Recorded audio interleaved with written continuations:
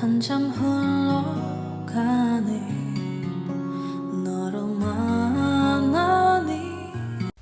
Trending ngayon ang post IG reel ni Donato kahapon na picture kasama ang kanyang secret GF na si Bel Mariano.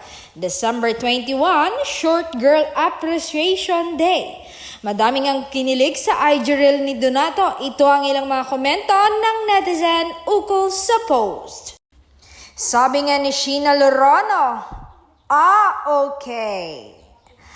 Sabi naman ni Rose Carion, Chong, hindi naman short si Bel Mariano, matangkad lang talaga si Donnie, but it's okay. Napost na ni Donnie with appreciation December 21.